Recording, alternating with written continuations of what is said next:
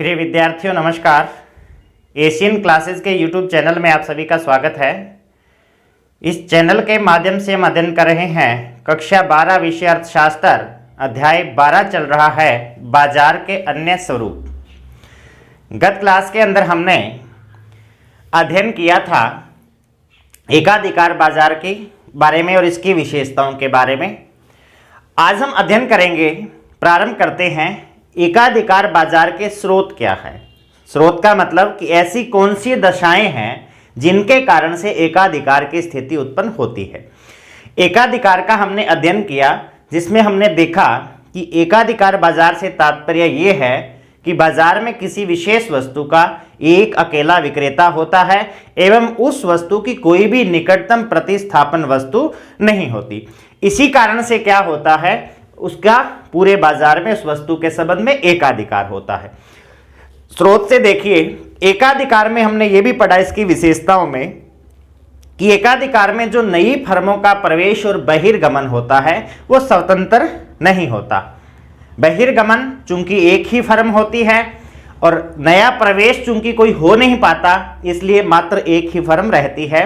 कारण क्या था, उसके मार्ग में विभिन्न प्रकार की बाधाएं, जिनका हमने अध्ययन किया था, कृत्रिम, संस्थागत या आर्थिक बाधाएं होती है, जिस कारण से इसमें कोई भी नई फर्म प्रवेश नहीं कर पाती।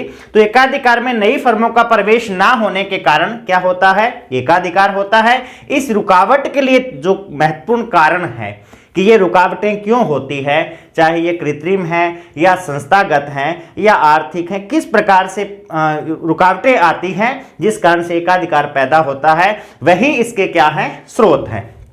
सबसे पहले आता है कि कच्चे माल पर उत्पादक का पूर्ण नियंत्रण होता है। किसी भी वस्तु के निर्माण में जो भी कच्चा माल काम में लिया जाता है, वो जो पूर्व में एकाधिकारी उपस्थित होता है, उसका उस सारे कच्चे माल पर क्या होता है, नियंत्रण होता है। तो यदि कोई नई फर्म उसमें प्रवेश करना भी चाहती है उस वस्तु के उत्पादन के लिए, तो उसको क्या नहीं मिल पाता, कच्चा माल नहीं मिल पाता, क्योंकि ये जो कच्चा माल है इस पर पूर्ण नियंत्रण है पहले से, किसका, जो पहले से एकाधिकारी उपस्थित है।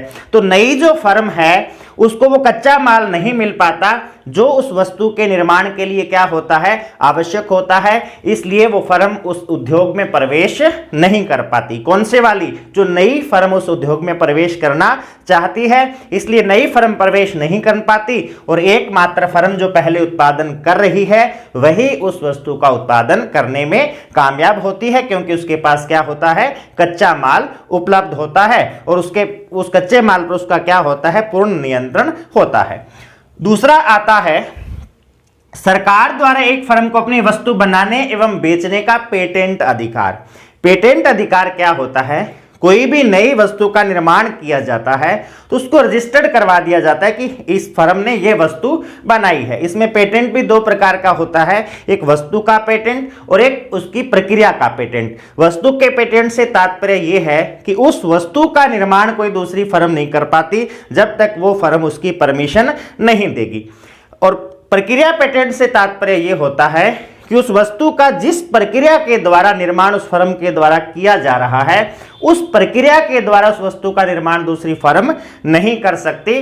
प्रक्रिया बदल कर उस वस्तु का निर्माण किया जा सकता है। तो यदि उसको पेटेंट मिल जाता है तो कोई भी दूसरी फर्म उस वस्तु को नहीं बना पाती। और पेटेंट दिया किसके द्वारा जाता है, सरकार के नियमों के तहत। पेटेंट के जो अधिकार हैं उस नियमों के तहत यदि वो फर्म अपने उस उत्पाद को, अपनी उस वस्तु को रजिस्टर्ड करवा देती है तो क्या होता है, उसको पेटेंट अधिकार मिल जाता है उस वस्तु को बनाने का और उस वस्तु को बेचने का। आपने इसमें भी जैसे एग मार्क हो गया, भौगोलिक संकेतक हो गया, कॉपीराइट हो गया, सारे इसी तरीके के अधिकार आपने बुक्स के प्रारंभ में जो इंडेक्स से ठीक पहले वाले पेज पे पढ़ा होगा कॉपीराइट में, कि इस पुस्तक का सर्वाधिकार प्रकाशक के पास सुरक्षित है और यदि इस पुस्तक को किसी दूसरे व्यक्ति ने इसके तथ्यों को तोड़ मरोड़ कर छापने की यदि कोशिश की तो उसके खिलाफ कानूनी कार्रवाई की जाएगी।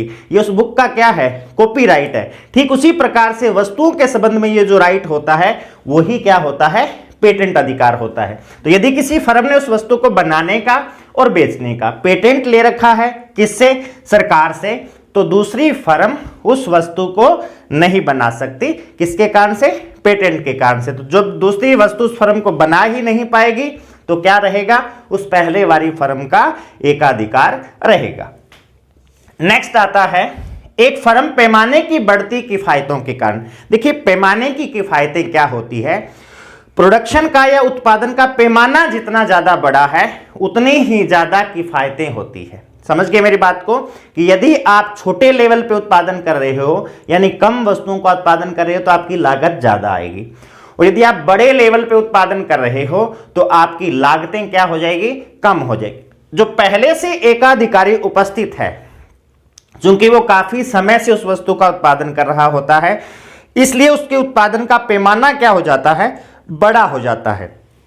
तो पैमाना बड़ा होने के कारण उसकी किफायतों के कारण उसको जो वस्तुओं का निर्माण करना है वो नई फर्मों की तुलना में, दूसरी फर्मों से तात्पर्य जो नई फर्में एकाधिकार में प्रवेश करना चाहती है, तो उन फर्मों के मुकाबले इसको ये उत्पादन करना क्या पड़ता है, सस्ता पड़ता है, क्योंकि उसकी लागत क्या आती है, कम आती है। किस कारण से, पैमाने की बढ़ती किफायतों के कारण।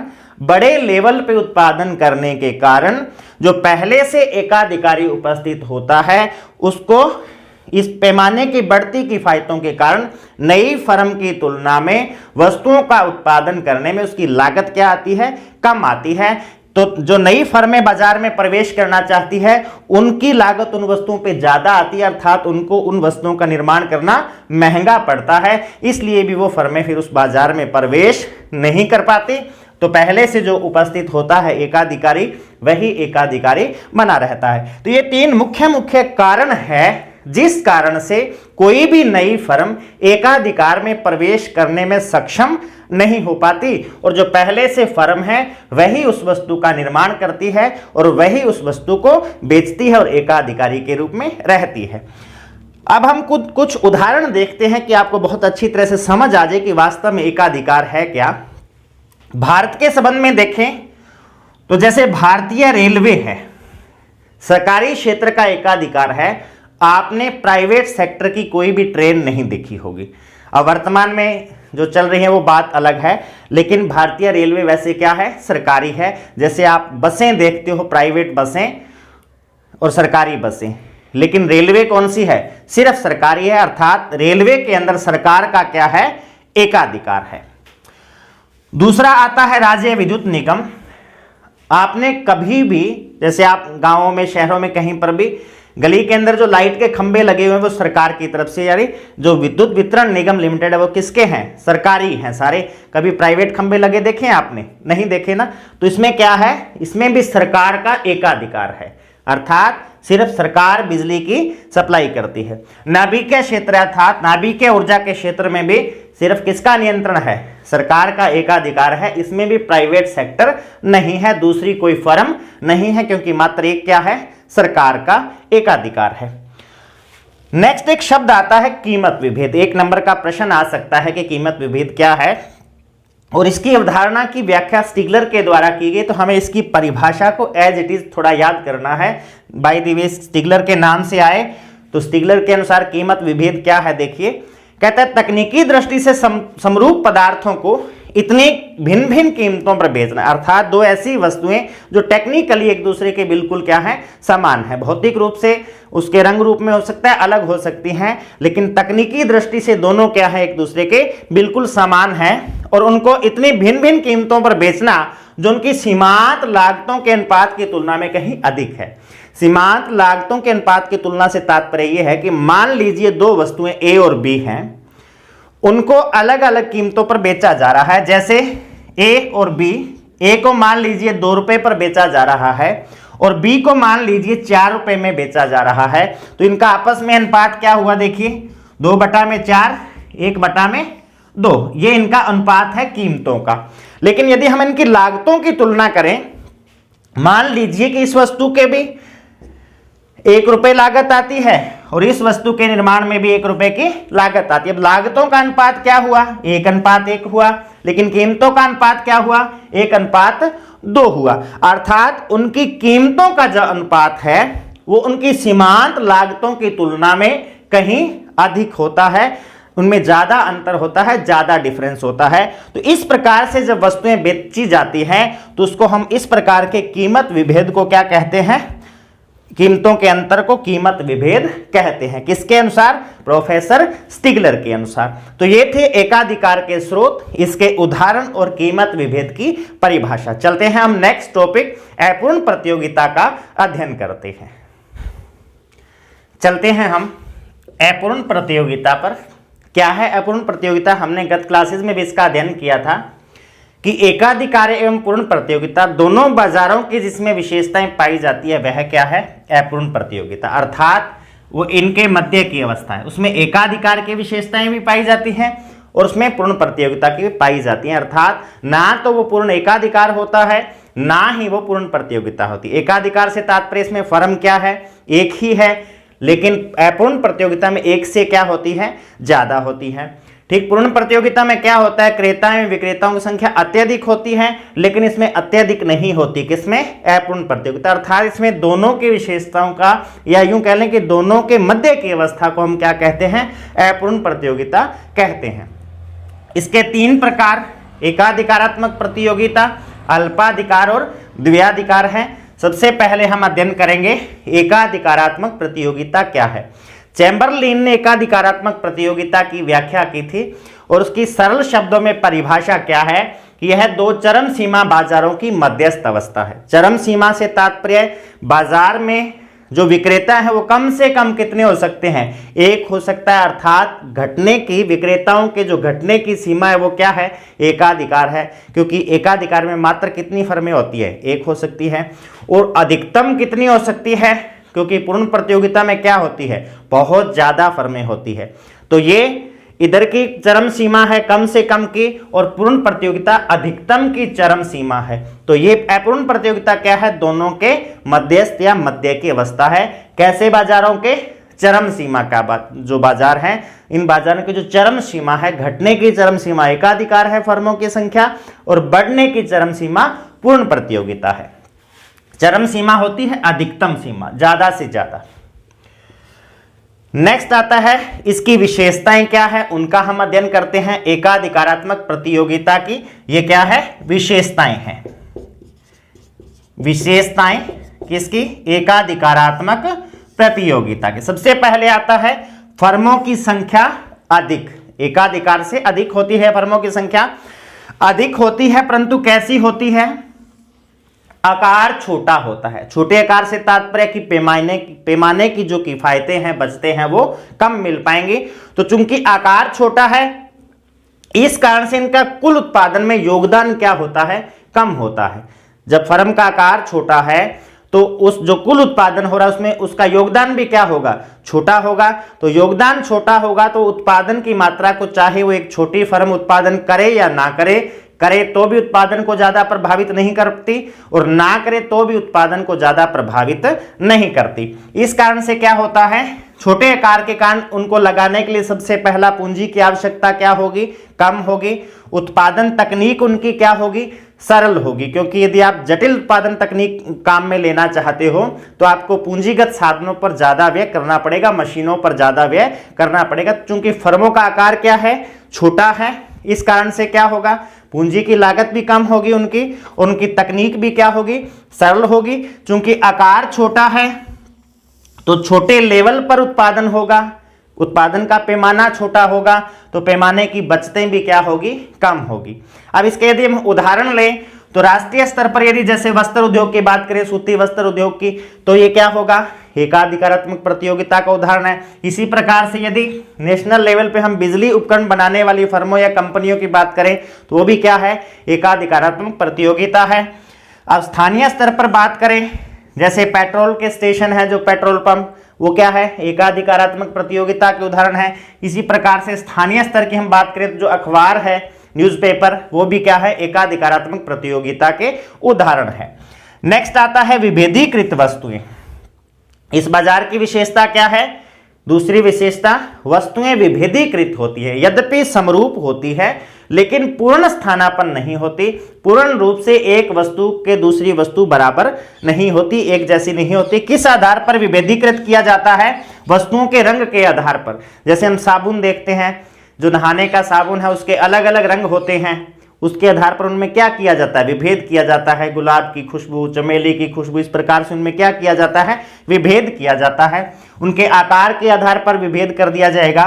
वस्तु एक जैसी हो, पैकिंग अलग अलग करके उसमें विभेद कर दिया जाएगा, या ट्रेडमार्क, पेटेंट, इस प्रकार के द्वारा भी इनमें क्या किया जाता है, विभेद किया जाता है। तो इस और भी तरीके हैं विभेद करने के, जैसे विज्ञापन के माध्यम से वस्तुओं का अलग अलग प्रचार करके उनको विभेद किया जाता है उनमें। तो ये सारे तरीके क्या हैं, विभेदीकृत करने के हैं, कि ताकि एक वस्तु दूसरे से अलग नजर आए, एक वस्तु और दूसरी वस्तु के बीच में जो विभेद है वो नजर आए। ये इनके द्वारा इसमें क्या किया जाता है, विभेद किया जाता है। कौन से बाजार में, एकाधिकारात्मक प्रतियोगिता में। जैसे हमने पूर्ण प्रतियोगिता में पढ़ा था कि वस्तुएं पूर्ण समरूप होती हैं, यहां समरूप होती हैं लेकिन पूर्ण स्थानापन्न नहीं होती। इस प्रकार से उनमें क्या किया जाता है, विभेद किया जाता है, रंग, पैकिंग इत्यादि के द्वारा। नेक्स्ट आता है फर्मों का प्रवेश एवं बहिर्गमन। ये क्या होता है, क्योंकि देखिए फर्में कैसी होती है, छोटे आकार की होती है, और प्रवेश और बहिर्गमन स्वतंत्र है। कोई भी फर्म जब मर्जी आए उस उद्योग में प्रवेश कर सकती है, यानी उसकी प्रवेश करने की जो शर्तें हैं और छोड़ के जाने की जो शर्तें, नियम, कायदे, वो सारे क्या होते हैं, सिंपल हैं, कोई उसमें ज़्यादा अवरोध नहीं है। तो छोटे आकार के कारण पूंजी की आवश्यकता कम है, इसलिए यदि फर्म को लाभ दिखता है तो फर्म उसमें प्रवेश कर जाती है, और यदि हानि होती है तो फर्म उसको छोड़ करके चली जाती है। नेक्स्ट आता है उद्योग के स्थान पर समूह की अवधारणा। ये इंपॉर्टेंट है, 1 नंबर का प्रश्न आ सकता है कि एकाधिकार में उद्योग होता है या क्या होता है। तो पहली बात, समूह होता है, उद्योग नहीं होता। किसकी अवधारणा है, उद्योग के स्थान पर समूह की अवधारणा। क्यों है ये, इसका जवाब, उत्पादन समरूप होता है लेकिन पूर्ण स्थानापन्न नहीं होता, अर्थात वस्तु एक दूसरे के समरूप तो होती हैं लेकिन पूर्ण रूप से स्थानापन्न नहीं होती। स्थानापन्न का तात्पर्य प्रतिस्थापित नहीं की जा सकती। एक वस्तु की जगह दूसरी वस्तु हर हाल में काम में ले ली जाए या प्रतिस्थापित कर दी जाए, ऐसा नहीं होता। तो पूर्ण प्रतिस्थापन नहीं होता या पूर्ण स्थानापन्न नहीं होती। इसी कारण से इसमें क्या होता है, उद्योग के स्थान पर किसकी अवधारणा होती है, समूह की अवधारणा होती है। नेक्स्ट आता है विक्रय लागतों में भिन्नता। देखिए विक्रय लागतें क्या है, तैयार उत्पादन को बेचने के लिए जो कुछ भी खर्च करना पड़ता है उसको हम क्या कहते हैं, विक्रय लागत कहते हैं। अब इसमें सबसे बड़ा जो हम खर्चा आज के जमाने में माने तो क्या है, आज के समय में विज्ञापन का खर्चा। ऐड आती है ना टीवी पे कि ये साबुन अच्छी है, बहुत अच्छी है, तो ये सारी की सारी क्या है, विक्रय लागतें हैं। तो कोई भी फर्म अपनी वस्तु पर विज्ञापन करने में जितना ज्यादा खर्चा करेगी उसकी विक्रय लागत भी उतनी ही क्या होती जाएगी, बढ़ती जाएगी। और भी है विक्रय लागतों के प्रकार, लेकिन हमने एक उदाहरण लिया है। तो चूंकि एक वस्तु का दूसरी वस्तु से समरूप वस्तु के लिए भी विज्ञापन क्या होता है, अलग अलग होता है। उस वस्तु का विज्ञापन कौन कर रहा है, इस पर उसकी विज्ञापन का खर्चा निर्भर करता है।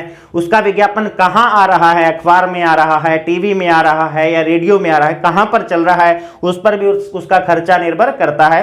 तो चूंकि सभी वस्तुओं के, समरूप वस्तुओं के विज्ञापन अलग अलग होते हैं, इसलिए उनकी वो लागत भी क्या होती है, अलग अलग होती है। इसलिए एकाधिकारात्मक प्रतियोगिता में वस्तुओं की बिक्री को बढ़ाने के लिए फर्म के द्वारा क्या किया जाता है, विज्ञापन वगैरह पर खर्च किया जाता है। तो इस कारण से उनकी विक्रय लागतें भी क्या हो जाती हैं, अलग अलग हो जाती है। प्रश्न आ जाए कि विक्रय लागत क्या है, तो हम लिख सकते हैं कि किसी भी वस्तु को बिक्री बढ़ाने के लिए या बिक्री करने के लिए जो भी उसकी लागतें वहन करनी पड़ती है। उदाहरण पूछा जाए जैसे विज्ञापन के रूप में है, तो ये सारी की सारी क्या है, विक्रय लागतें हैं। तो ये था एकाधिकारात्मक प्रतियोगिता एवं इसकी विशेषताएं। इसके सीमांत आगम, औसत आगम वक्र का हम अध्ययन करेंगे नेक्स्ट क्लास में। आज की क्लास में बस इतना ही, धन्यवाद।